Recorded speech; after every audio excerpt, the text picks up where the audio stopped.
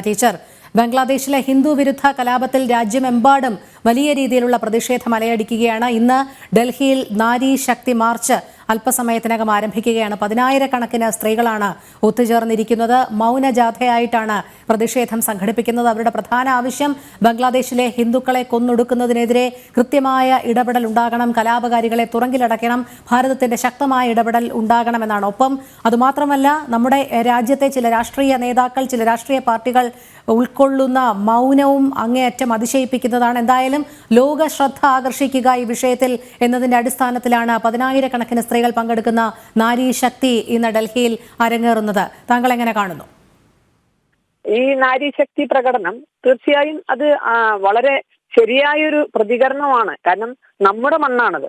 ഒരു കാലത്ത് ജനസംഖ്യ മാത്രം നോക്കി ജിഹാദികൾക്ക് ഇവിടെ ഒരുമിച്ച് ജീവിക്കാൻ കഴിയില്ല എന്ന് പറഞ്ഞ് ഭാഗം മേടിച്ചു പോയപ്പോ നമ്മൾ ശരിക്കും അവരെ വിധിക്ക് വിട്ടുകൊടുത്തതാണ്.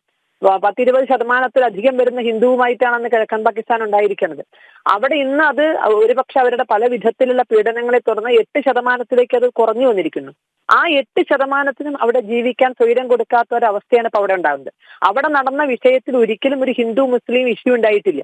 അത് ഷെയ്ഖ് ഹസീന ഭരിച്ചാലും ഇനി ആര് ഭരിച്ചാലും അത് ഹിന്ദു മുസ്ലിം പ്രശ്നമല്ല.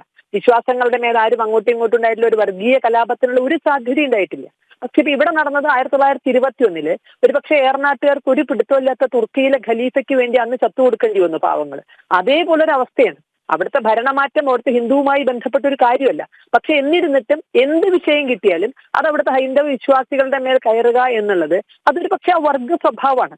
സ്വന്തം നാട് ശുദ്ധീകരിച്ചെടുക്കുക, മറ്റു വിശ്വാസികൾ ഇല്ലാത്ത വിധത്തിൽ അവരെ ശുദ്ധീകരിച്ചെടുക്കുക എന്നുള്ള അവരുടെ മതപരമായ കടമ, കർത്തവ്യം, അതിനു വേണ്ടിയാണ് ഇപ്പൊ അവിടുത്തെ ഹൈന്ദവ സമൂഹം ഈ വേട്ടയാടിക്കൊണ്ടിരിക്കുന്നത്. ഇതൊരിക്കലും അംഗീകരിക്കാൻ കഴിയില്ല. ഇവിടെ ശരിക്കും അന്താരാഷ്ട്ര സമൂഹത്തിന്റെ ഇടപെടൽ ഉണ്ടായേ മതിയാകുള്ളൂ. അതിൽ പ്രത്യേകിച്ച് ഇന്ത്യക്ക് അതൊരു വലിയ ഉത്തരവാദിത്വമുണ്ട്. കാരണം ഒന്ന്, അവിടെ ഉണ്ടാകുന്ന ഏത് പ്രശ്നവും അത് നേരിട്ട് ബാധിക്കുക നമ്മളെയാണ്. നമുക്കറിയാം 1971 ആ കാലഘട്ടത്തിലൊക്കെ ഉണ്ടായ അഭയാർത്ഥി പ്രവാഹമൊക്കെ നമ്മൾ എന്തുമാത്രം ബുദ്ധിമുട്ടിച്ചിട്ടുണ്ട്. നമ്മളൊരു യുദ്ധത്തിലേക്ക് എടുത്ത് ചാടേണ്ടി വന്നതുപോലും അങ്ങനെ ഒരു അവസ്ഥയിലാണ്. അപ്പൊ അതുകൊണ്ട് വളരെ ഗൗരവമായി ഇന്ത്യ വിഷയത്തെ നമുക്ക് ഒരിക്കലും നിസ്സംഗമായി സമീപിക്കാൻ സാധിക്കില്ല. അവിടുത്തെ പാവങ്ങളെ സംരക്ഷിച്ചേ മതിയാകൂ. അതുപോലെ തന്നെയാണ് അന്താരാഷ്ട്ര ഇടപെടൽ ഇവിടെ ആവശ്യമാണ്. നേരത്തെ പറഞ്ഞ പോലെ തന്നെ ഭാരതത്തിലെ പല രാഷ്ട്രീയ പാർട്ടികളുടെയും മൗനം അമ്പരപ്പിക്കുന്നതാണ്. അതെ, അതുമാത്രമല്ല ടീച്ചർ, ഭാരതത്തിലെ രാഷ്ട്രീയ പാർട്ടികളുടെ മൗനം അതിശയിപ്പിക്കുന്നതാണ്. അതോടൊപ്പം തന്നെ നമുക്കറിയാം, കോൺഗ്രസിലെ ചില മുതിർന്ന നേതാക്കൾ തുടക്കത്തിൽ നടത്തിയ പരാമർശങ്ങൾ ബംഗ്ലാദേശിലേതുപോലെ ഭാരതത്തിലും ആവർത്തിക്കേണ്ടി വരാതെ നോക്കുക എന്നൊക്കെയുള്ള ചില ഭീഷണി സ്വരങ്ങളും നമ്മൾ കണ്ടതാണ്. രാജ്യത്തിനകത്ത് തന്നെ ഇത്തരത്തിലുള്ള വിധ്വംസക ശക്തികൾ പ്രവർത്തിക്കുന്നുണ്ട് എന്നുള്ളതാണ് അങ്ങേയറ്റം ആശങ്കപ്പെടുത്തുന്ന മറ്റൊരു സാഹചര്യം കൂടി.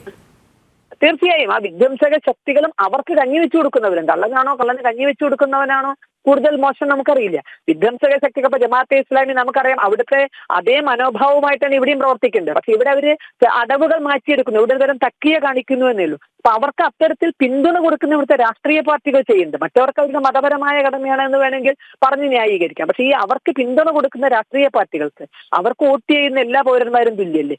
നീതി നിയമവും നടപ്പാക്കേണ്ടവരല്ലേ? എല്ലാവർക്കും ഒരേപോലെ നീതി വാങ്ങിച്ചു കൊടുക്കേണ്ടവരല്ലേ? എന്നിട്ടും എന്തേ ഗാസയിലെ കണ്ണുനീര് കണ്ടവര് എന്തേ ബംഗ്ലാദേശിലെ കണ്ണീര് കാണാത്തത്? അപ്പൊ തീർച്ചയായും ഇന്നവിടെ മൗനജാതിയാണ് നടക്കുന്നത്. നമുക്ക് എപ്പോഴും മൗനം പാലിക്കാൻ സാധിക്കില്ല. നാളെ ഈ മൗനം ഒരു പക്ഷേ വലിയൊരു പൊട്ടിത്തെറിയുടെ തുടക്കമായിട്ട് ഈ മൗനം മാറാതിരിക്കട്ടെ എന്ന് മാത്രമാണ് ഇപ്പൊ പറയാൻ സാധിക്കുന്നത്.